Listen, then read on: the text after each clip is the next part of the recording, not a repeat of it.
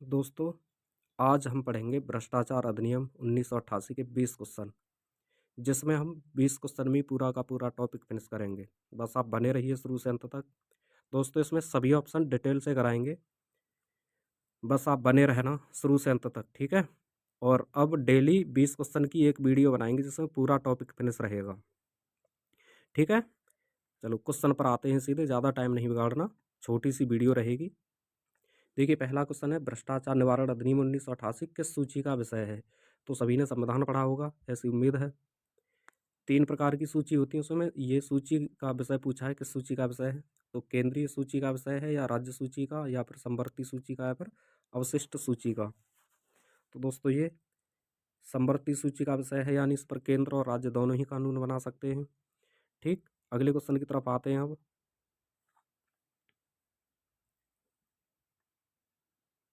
Question दूसरा है, भ्रष्टाचार निवारण अधिनियम 1988 किस अधिनियम की जगह पर लाया गया था? तो दोस्तों, जो ये प्रतिस्थापित किया जाता है, ये भी ध्यान रखना, किस अधिनियम की जगह पर लाया जाता है, ठीक है। जो अधिनियम बने हैं, किसी न किसी अधिनियम की जगह पर ही प्रतिस्थापित किए गए हैं, तो ये भी किसी अधिनियम की जगह पर प्रतिस्थापित किया गया है। तो इसका सही आंसर हो जाएगा हमारा भ्रष्टाचार अधिनियम 1947, ठीक। अगला क्वेश्चन है हमारा, जहाँ पर आवश्यकता पड़ेगी वहाँ पर हम ऑप्शन को भी क्लियरिटी करेंगे, ठीक। अगला क्वेश्चन है हमारा, यह अधिनियम कब संशोधित हुआ? तो देखिए, सबसे पहले तो हमारा 1947 में बना था ये, ठीक है। इसके बाद में फिर 1988 में बना था, ठीक। इसके बाद अब पूछ रहा है कि ये संशोधित कब हुआ था, तो ये बताना है इसमें, ठीक है। तो इसका सही आंसर हो जाएगा दोस्तों 2018, ठीक। यहाँ पर ये भी ध्यान रखना है, 19 जुलाई को राज्यसभा से, 24 जुलाई को लोकसभा से, और 26 जुलाई को राष्ट्रपति से इसकी अनुमति मिली थी, ठीक। ये डेट भी ध्यान रखनी है, 19 जुलाई को राज्यसभा से पारित हुआ था, 24 जुलाई 2018 को लोकसभा से, और 26 जुलाई 2018 को राष्ट्रपति ने इस संशोधन को स्वीकृति दी थी, ठीक है। अगले क्वेश्चन की तरफ आते हैं अब हम।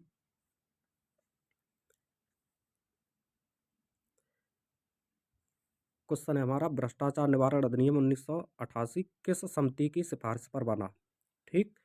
दोस्तों, ये जो अधिनियम होते हैं, ज़्यादातर किसी न किसी ने इसकी सिफारिश की होती है, तो उस समिति का नाम भी पूछ लिया जाता है कि समिति की सिफारिश पर बने थे ये। तो पहला ऑप्शन इसका संथानम समिति, या फिर नरेश चंद्र शाह समिति, या फिर राम कुमार काव समिति, या फिर के कस्तूरी रंगन समिति। किस समिति की सिफारिश पर बना था ये भ्रष्टाचार निवारण अधिनियम? तो दोस्तों, इसका आंसर हो जाएगा संथानम समिति, ठीक। इसी से और भी ध्यान रखोगे, सीबीआई भी इसी से बनी थी, संतानम समिति से, और सीबीसी भी इसी से बनी थी, संतानम समिति से, ठीक है। नरेश चंद्र शाह इससे सीडीएस बने थे। फिर से देखिए,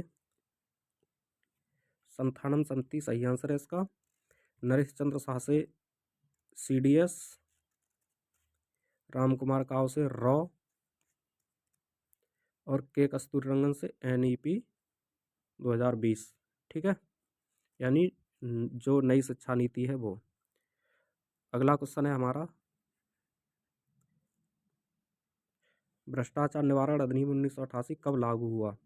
तो दोस्तों, ये 9 सितंबर 1988 को पारित हुआ था, और 12 सितंबर 1988 को ये लागू हो गया था भारत में, और जो विदेश में भारतीय रह रहे हैं उन पर ये लागू होता है, ठीक। अगला क्वेश्चन है, अधिनियम में कितने अध्याय और कितनी धाराएं हैं? तो दोस्तों, इसमें बताओगे 5 अध्याय या 37 धाराएं हैं, या 5 अध्याय 31 धारा हैं, या 7 अध्याय 29 धारा हैं, या फिर 6 अध्याय 31 धारा हैं?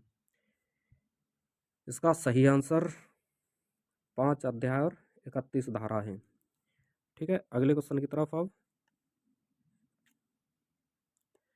क्वेश्चन नंबर 7, विशेष न्यायाधीश की नियुक्ति किस धारा के तहत होती है?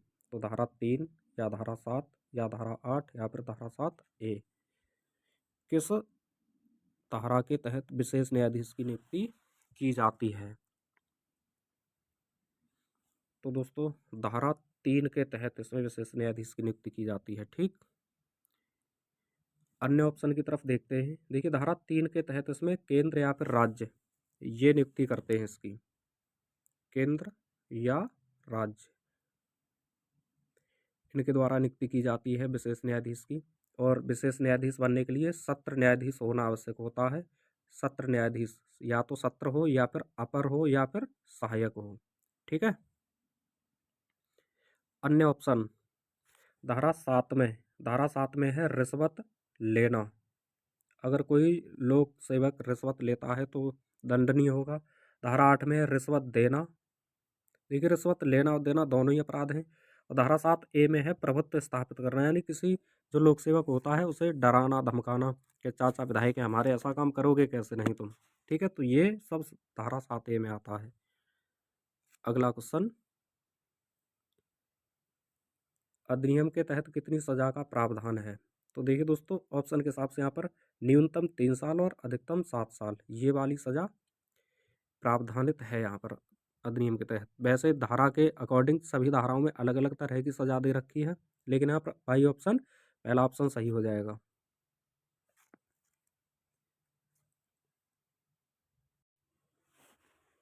क्वेश्चन अगला है, अधिनियम का उद्देश्य क्या है। दोस्तों इसमें अधिनियम का उद्देश्य पूछा गया है, तो ये भी पूछा जाता है। एक तो इसमें उद्देश्य ध्यान रखना होता है मूल विधि में, और दूसरा इनमें धाराएं वगैरह और थ्योरी। ठीक है, तो पहला ऑप्शन है इसका नागरिकों को सशक्त बनाना और सरकारी कार्य में पारदर्शिता लाना एवं भ्रष्टाचार को रोकना। या फिर दूसरा ऑप्शन है इसका सरकारी और सार्वजनिक क्षेत्र में ईमानदारी लाना एवं भ्रष्टाचार पर रोक लगाना। तीसरा है आर्थिक अपराध की जांच करना एवं रोक लगाना। और चौथा है अपराध एवं भ्रष्टाचार की जांच करना एवं रोक लगाना। तो यहाँ पर भ्रष्टाचार अधिनियम 1988 का उद्देश्य पूछा गया है कि इसका उद्देश्य क्या है। ठीक है, तो इसका सही आंसर सेकंड बी हो जाएगा, ऑप्शन बी। ठीक, इसमें अगर बात करें अन्य ऑप्शन की, तो ये जो ऑप्शन ए है नागरिकों को सशक्त बनाना और सरकारी कार्य में पारदर्शिता लाना, ये आरटीआई का है, आरटीआई। ठीक, ये वाला इसी का आंसर है, सही है ये वाला सेकंड। और ये जो तीसरा है ये आर्थिक अपराध की जांच करना एवं रोक लगाना, ये ईडी का काम है। ठीक, और अपराध एवं भ्रष्टाचार की जांच करना एवं रोक लगाना ये सीबीआई करती है। ठीक है, तो इसका सही आंसर ऑप्शन बी ये सही है। अगला क्वेश्चन, अधिनियम के तहत विशेष न्यायाधीश किसको बनाया जाता है।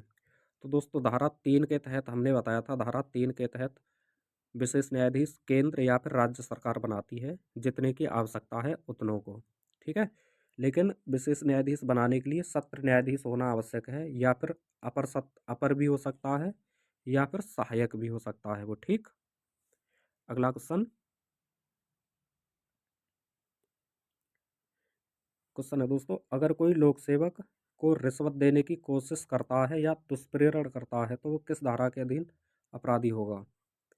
ठीक है, यानी कोई व्यक्ति है वो लोक सेवक को रिश्वत देता है काम करवाने के लिए, दरोगा जी ये लो 500 रुपये और मेरा ऐसा काम कर दो, या उसे दुष्प्रेरित करता है, तो किस धारा के तहत अपराधी होगा। धारा 7 या धारा 8 या फिर धारा 12 या फिर धारा 11। तो इसका सही आंसर धारा 12 हो जाएगा।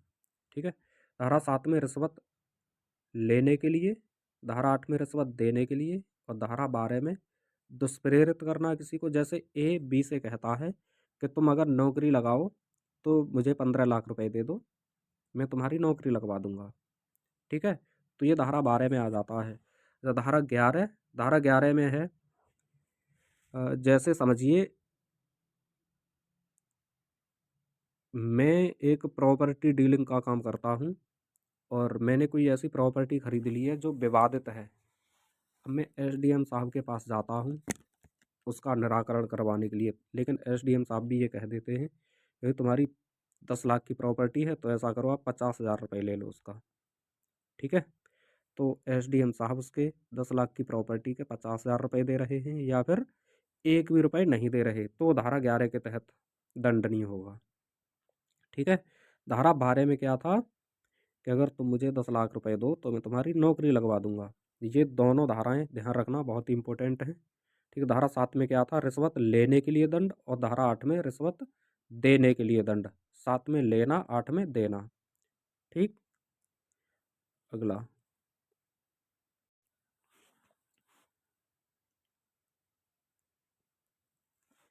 अगर कोई लोक सेवक अपने अधीन रखी हुई संपत्ति को बेईमानी से उपयोग में लाता है या किसी को बेच देता है तो वह किस धारा के तहत अपराधी होगा। जैसे देखा होगा आपने कि गाड़ियां खड़ी कर लेते हैं पुलिस वाले थानों में ले जा करके, सीज की हुई गाड़ियों को, कोई उनमें से बैटरी निकाल लेता है, कोई टायर निकाल लेता है, ये सब करते हैं। ठीक। और उन्हें बेच देते हैं या फिर अपने काम में ले आते हैं, तो ये किस धारा के तहत अपराध होता है। तो सही आंसर इसका धारा 13। ठीक है। इसी को बोलते हैं आपराधिक अबचार करना, धारा 13 में। धारा 9 और 10 कंपनी के द्वारा अपराध से संबंधित है। धारा 13 ये आपराधिक अबचार से संबंधित हो गया। और धारा 21 में है, अगर कोई अपराधी व्यक्ति है और अपने स्वयं को बचाने के लिए गवाह बनना चाहता है तो गवाह बन सकता है, धारा 21 में। ठीक है। यानी एक अपराधी व्यक्ति भी सक्षम गवाह हो सकता है खुद को बचाने के लिए। अगला क्वेश्चन,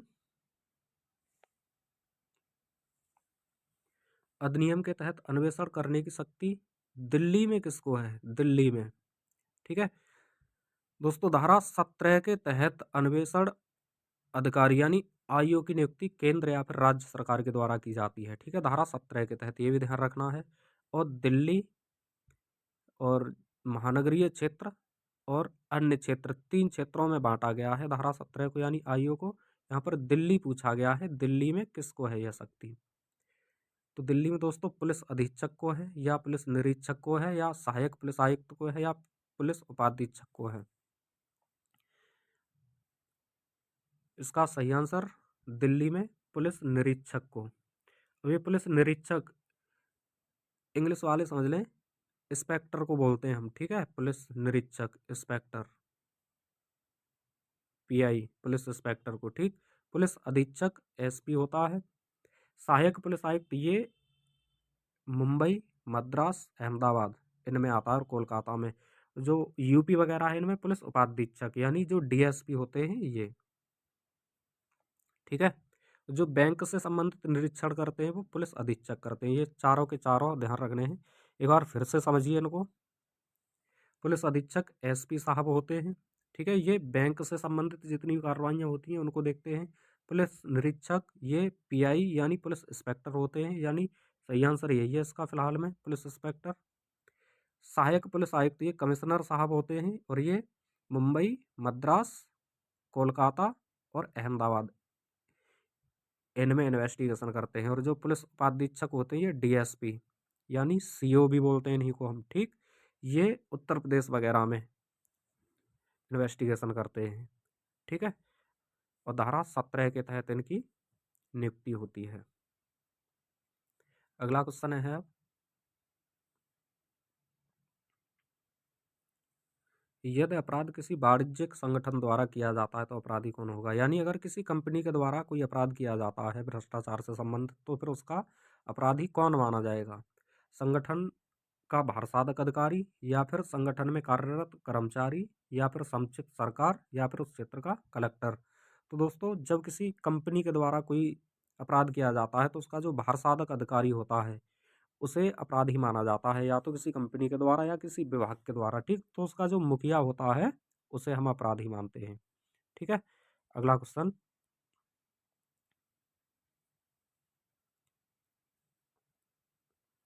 क्वेश्चन है, क्या लोक सेवक के विरुद्ध उसकी अनुपस्थिति में विचारण हो सकता है। हाँ, बिल्कुल हो सकता है। ठीक है, धारा 5 में ये दे रखी है प्रक्रिया इसकी, कि बिना उसकी अनुपस्थिति में, जैसे मान लो किसी लोक सेवक ने रिश्वत ले ली और उसका वीडियो बना लिया किसी ने, ठीक है, रिश्वत देते हुए, और वो नौकरी से भाग गया, तो उसकी जो सुनवाई होगी उसे कोर्ट में आने की आवश्यकता नहीं है। बिना उसकी उपस्थिति के भी सुनवाई होती रहेगी। ठीक है, ये इंतजार नहीं किया जाएगा कि वो कोर्ट में आएगा, तभी उसकी सुनवाई हो। अगला क्वेश्चन, अधिनियम के तहत विचारण कितने समय में पूरा होना चाहिए? तो दोस्तों जो विचारण होते हैं ये 2 साल में होते हैं धारा 6 के तहत, ठीक है। धारा 6 के तहत 2 साल में पूरे होने चाहिए।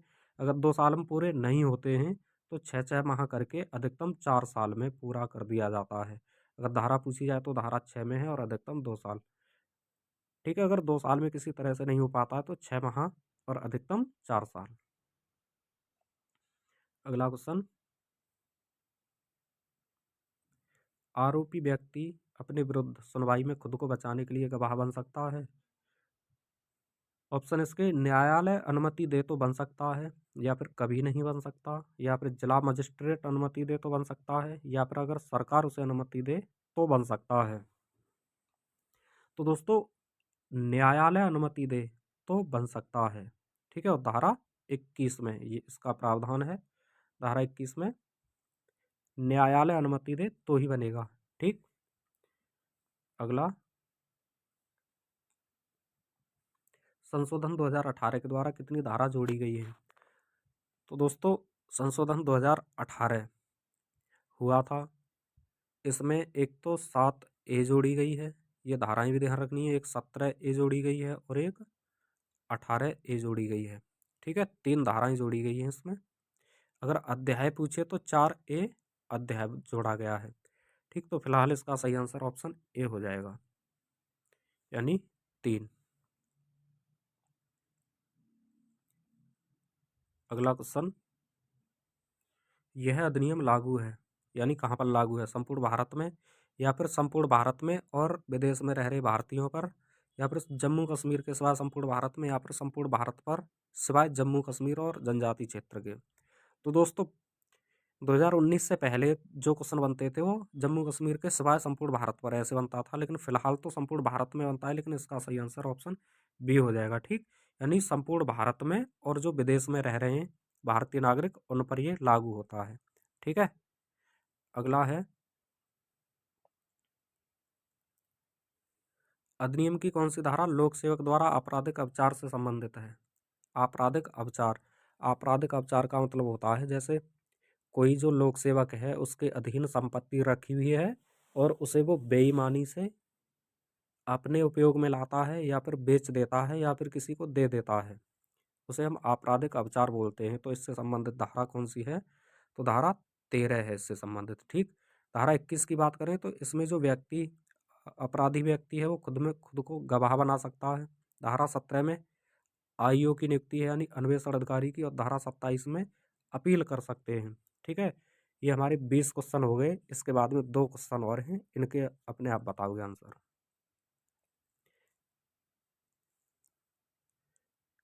क्वेश्चन पहला है, रिश्वत देना किस धारा में दंडनीय है?